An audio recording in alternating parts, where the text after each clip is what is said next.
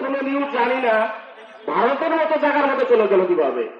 পিলখানা হত্যাকাণ্ডের ঘটনা সত্য উদ্ঘাটনের জন্য চেষ্টা করেছিল, তাদেরকেই চাকরি থেকে বহিষ্কার করা হয়েছে।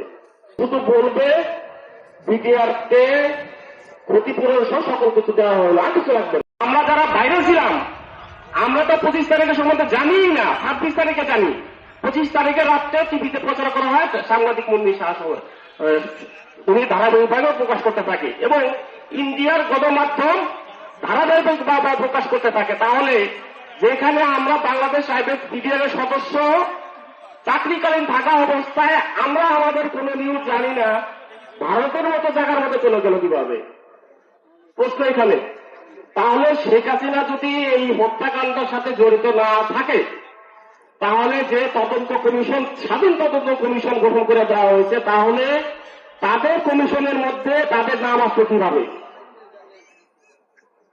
আমি অন্য অন্য যারা এমপি মন্ত্রী আছে তাদের কথা বাদই দিলাম, যেহেতু উনি নিজেই তৎকালীন ফ্যাসিস্ট খুনি শেখ হাসিনা, সে নিজে এটার সাথে জড়িত, তাহলে বাদবাকিগুলো কোথায় যাবে? এখানে আরো অনেকেই তাদের বক্তব্যের মধ্যে তুলে ধরে গেছেন। এখানে আমরা ইনশাল্লাহ আজকে প্রজেক্টরের মাধ্যমে আপনাদের কিছু ভিডিও দেখাবো, ডকুমেন্টারি দেখাবো। এখানে যারা আর্মির অফিসাররা যাদেরকে চাকরিচ্যুত করা হয়েছিল তখনকার সময়ে পিলখানা হত্যাকাণ্ডের ঘটনা সত্য উদ্ঘাটনের জন্য চেষ্টা করেছিল, তাদেরকেই চাকরি থেকে বহিষ্কার করা হয়েছে। ভিক্টিমাইজ করা হয়েছে, তাদেরকে চাকরিচ্যুত করা হয়েছে, তাদেরকে বাধ্যতামূলক করা হয়েছে, তাদের উপর যে টর্চারটা করা হয়েছে, আমি মনে করি যে আমাদের উপরে যে টর্চারটা করা হয়েছে তাদের উপরে সেই টর্চার করা হয়েছে। যা হোক, ইনশাআল্লাহ আমরা দৃঢ় আস্থায়ী এবং সরকারের প্রতি আস্থাশীল, ন্যায় ইনসাফের পথে থাকবে।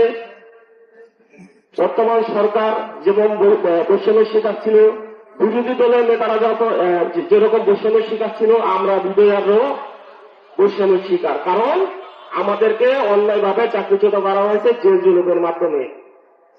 পিলখানাতে যে সকল হত্যাকাণ্ডের মামলায় যাদেরকে রায় দেওয়া হয়েছে, এখানে অনেক সাক্ষীবাদী ছিল, তাদেরকে কিন্তু অনেক কিছু বিনিময়ে তাদেরকে সাক্ষী করা হয়েছে। অনেক সাক্ষী তারা নিজেরাই দায়ী, তারা নিজেরা করে দায়ী দিয়েছে, আমি ওনাকে দেখেছি, তার মৃত্যুদণ্ড দেওয়া হয়েছে। আমরা চাই নিরাপরাধ জেলবন্দী যারা আছে, সরকারের পক্ষ থেকে, সরকারের তরফ থেকে কার্যকরী একটা পদক্ষেপ আসবে, যারা নিরাপরাধ তাদেরকে মুক্তি দেওয়ার ব্যবস্থা করবে, সেটা সরকারের পক্ষ থেকে আসবে। তবে আমাদের যে ব্যাপারটা, আমরা যারা চাকরিচ্যুত হয়েছি